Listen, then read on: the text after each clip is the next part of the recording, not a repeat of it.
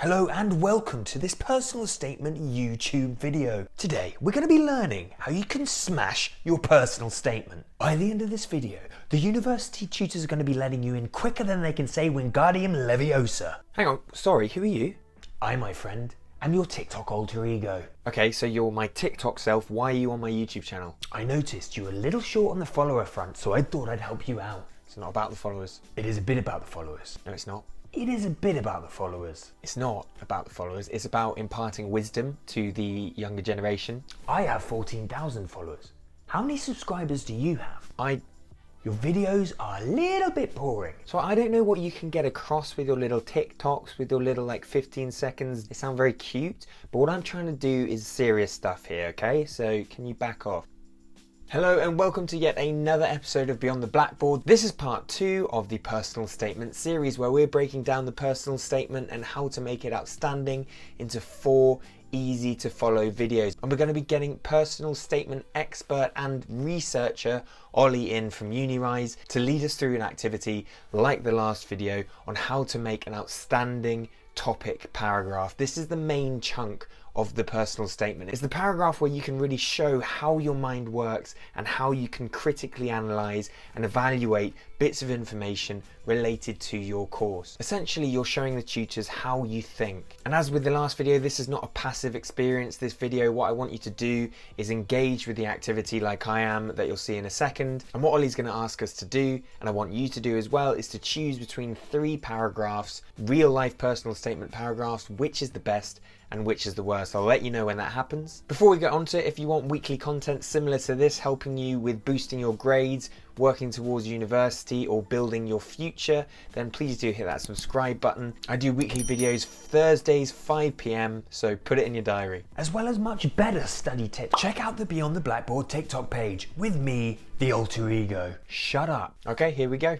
Topic paragraphs. So this is the kind of the paragraphs in the middle, typically 3 paragraphs in the middle, which is then followed by the kind of extracurriculars and conclusion. Again, I will, there we go, it's just about okay. I will give you a couple minutes to read through these. And same question, which one is most likely to increase your chances of getting in, and which one would decrease your chance of getting into university? All right, so this is where I want you to pause the video and have a think, which is the best paragraph and which is the worst one. Go for it. Okay, so hopefully you have your answer, hopefully you have a bit of reasoning. At this stage, what I want you to do is comment below, what do you think is the best topic? What do you think is the worst comment? Because I'd be really interested to know what you guys are thinking compared to what the experts and the research are saying as well. All right, back to me and Ollie, what do we think? Okay, I think, again, I've only skimmed it, but I think I've got my answer. Yeah. So Yeah, let's hear it. I'm going to say that the top one for biology is the best. And again, the bottom one is the worst. And what makes you say that? Again, top one has a load of specific, it's just absolutely jam-packed with loads of things that person has done, like work experience at Churchill Hospital, goes into a TED talk, specifically talks about what they learned from it. Not just reeling off a load of facts about it, actually saying, I think it is important to take a global perspective, for instance, making that influence. And then you've got the middle one kind of does it a bit. It talks about some books and also a TED talk that they watched. And then number 3 kind of is a bit vague, I thought. Yeah, so yeah, you're on the ball with the first one being the best. Okay. With the second and third, obviously it's difficult. From admissions tutors we've spoken to, actually did you say that the last one was the worst? Yeah. So they typically would agree that the second one is actually worse than the last one, and we can go through why in a moment. Which is also interesting because a lot of students that I talk to think that this is the best, followed by that one and then that one. Right. And they say, oh, this is great because the students read loads of books about physics and they've watched loads of talks. This one's just super long and goes into way too much detail. And then this one over here isn't super specific. But let's go into why this first one's good. And like you said, it's, again, in the back of your mind writing a personal statement, it's like, what makes me unique and why am I passionate about studying this subject at university? How can I prove it to them? So again, the student here, she started with a work experience at a church or hospital. And then instead of just describing what happened, she was like, okay, here was an interesting case about tuberculosis. There's a bit of description, that's fine. That's just context. But then this is great. I wondered why there was a need to use multiple types, blah, blah, blah. And then she starts a discussion about, I don't understand anything she's saying, by the way, but she then starts a conversation around how this thing interests her. And then because of that, she watched this TED talk by that person who talks about that. And then because of the TED talk, she thought, oh, why doesn't this blah, blah, blah. I don't know what that means. But again, if you look at the kind of words she's saying, it made me think whether we could genetically modify hematopoietic stem cells so that they could be more effective. However, these stem cells would have to be, so she's like really getting into the nuts and bolts and the nitty gritty of the science. She's not saying, at my work experience, these are the things that we did, and this required teamwork and communication skills, right? And then again, she watched another talk. Oh, it raised a question for me. Should we be doing this? And I think that it's important to, so that's like a really thought through, like I want the student to study at university. She went to Cambridge for biology in the end, actually. And this, sorry, go for it. And sorry, and just to anchor it in, this topic paragraph, correct me if I'm wrong, the purpose of it is to show your ability to critically think about the subject that you're going for. Is that right?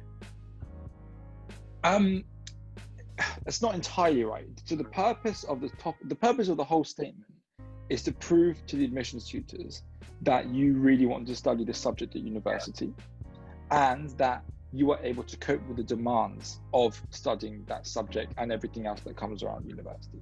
So that's kind of the main point. But in these topic paragraphs, as part of trying to prove that you are passionate about the subject, engaging in the literature, be that books, articles, podcasts, videos, TED Talks, work experiences, are an excellent way to show you're interested in that. Right. But it's the reflections and it's the evaluations, the kind of things like, I wondered why. And then she also uses some other phrases that were really like an interesting point in this. She's actually reflecting on it, rather than just describing it. Whereas in the second person, this person's, they said they've read every book in the history, like all of these physics books. I don't believe him, to be honest with you, because he could have gone on Amazon, looked up loads of physics books and just copied and pasted them here. And at the end, he says, all of these compounded my passion and challenged me to think differently. This is the classic kind of like BS, to be honest with you, that we see all the time, of students saying, oh, look, I told the admissions tutors that it challenged me. How did it challenge you? Why did it challenge you? What specific thought about physics did this book challenge you? And how did that other talk link with that? That's what the biology student has done really well. She's kind of linked all of these different resources together and given her personal opinion. What some people do, which is bad, is that at the end, they then make a blanket statement, therefore capitalism is evil. And again, like you're probably 17 or 18, you haven't been to uni yet. And the people, well, depending on the university, most likely the person reading this will be a subject expert. So who spent their whole life researching this? So like, who are you to tell someone these broad views that capitalism is evil, or like the future is, genetic, whatever. But what she's done here, it's not a blanket statement that makes it look like she understands everything. It's quite a humble statement about what she thinks important. But the reason we include this one, because so many students do this, it's like they just list things that they've read, and admissions tutors hate it because they're like, prove to me you've read it. And generally, if you do say that you've read loads of books, they don't often believe you, because they're kind of like, yeah, that's a lot of books, and like you've got a lot going on, so I don't really believe that you've read all these books. Yeah. So we've actually been told by admissions tutors, if you're going to mention a book, then really talk about the book, or pick a particular chapter on that book that you want to discuss, but don't just list out a bunch of books. It really doesn't, it doesn't help anyone. And the final one's another one that we added here because so many students do this. They start talking about their A-levels. And I don't know why. It's like, I think students are told to talk about their A-levels. But in UCAS, people know what your A-levels are because it's in your application. So you're just wasting space telling them what your A levels are. Now, there is a scenario in which if your A levels contribute to why you want to study X, your subject at university, then you can link it in that way. So maybe you want to study economics at university and you've done like psychology and politics at A level. You can say, oh, studying psychology introduced me to, behavioral economics and decision making, which I'd love to continue studying in economics at university. And studying politics taught me about, the context of economic decisions and how that gets complicated by power and government and things like that. So that's fine. But what the students done here, they've just said, English taught me how to write, psychology taught me about decisions, and economics taught me this. I look forward to using these skills in my geography degree. And that's just it. We know that if you've done English, you could probably write quite well. We know that if you've done psychology, you probably know a bit about how the mind works. And we know that if you've done econ, you study things like the circular flow of income. So unless you're really able to make a concrete link between what you study at university, basically, I rarely see it done well, whereby students link their A levels to their degree. So we advise students just not to do it. But it can be done, but you just have to put some thought into it. Got it. Do you have any questions on these topic paragraphs? No, that's enlightening. I mean, I definitely, I'm thinking back to my personal statement, I definitely made a few of these errors myself. Yeah? Where were you, Ollie, back then? Sorry. 10 years ago. And just to kind of, to kind of jump back and just to, so far we've done the introduction and we've done the topic paragraph. So some do's and don'ts. For the introduction, specific examples is a do. Make your stories believable, show evidence of your research, and explain your motivation. They're the big things that you should be doing.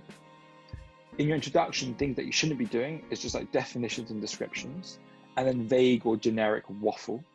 And also quotes are kind of a little bit of a no as well. You can use quotes effectively, but they're very risky. And often people use a quote from Martin Luther King, and it's like, oh, you've seen it before. It often quotes a little bit cliche in the context of the personal statement. And in terms of the topic paragraphs, things that you should do are reflections, specific details, and in-depth research. And things that you shouldn't do are descriptions, listing things, like listing those books, and also mentioning your A levels, unless you link your A levels specifically to why they help you become a better whatever it is that you end up wanting to study. If you like what you heard from Ollie, then I think you're going to love his company UNIRISE and the course that they've made on how to write an amazing personal statement. Again, everything they talk about is research based.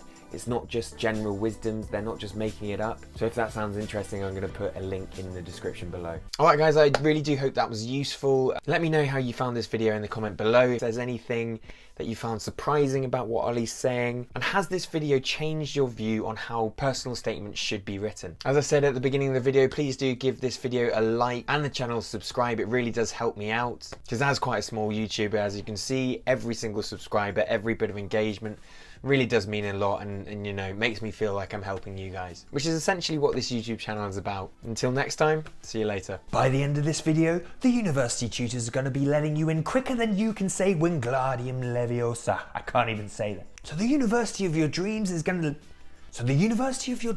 be accepting you quicker than they can say so that the